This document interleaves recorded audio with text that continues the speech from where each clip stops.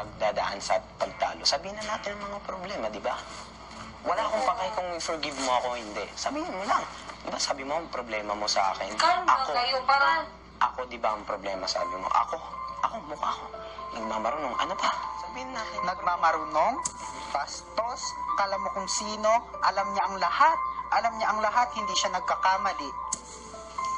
Ano? Tama. Bastos. Bastos, example lang ha, sa kama.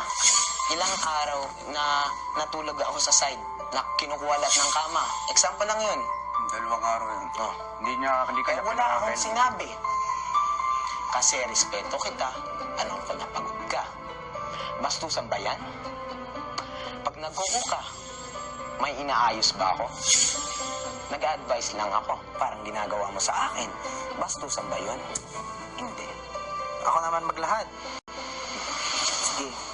Simula pa nung first day akong nagluluto, palagi mong sinasabi sa akin, tulungan na kita. Sinabi kong hindi.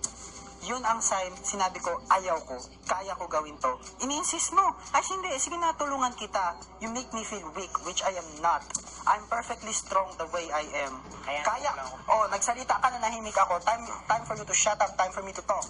Ayoko po kasi talaga ng tao yung palaging nagmamarunong. Kasi po sabi niya, alam ko yan. Ako na lang tutulungan kita. Parang minimake feel niya sa akin na lampa ako, di ko kaya to. Parang ganun. Ayoko yung ganun, kuya. Chill. I am chill. Okay, tako. Magano ka, chill. Wow. Very good. Okay, continue. Yun. Tapos pagdating dun sa bahay, mag-uutos ka. Kala mo kung sino ka. Yun ang ayaw ko. And yung last na talaga, hindi ko na natis yung pinuhusan mo ako ng tubig. Si Edward, kaya ko pang tisin kasi si Edward, alam ko,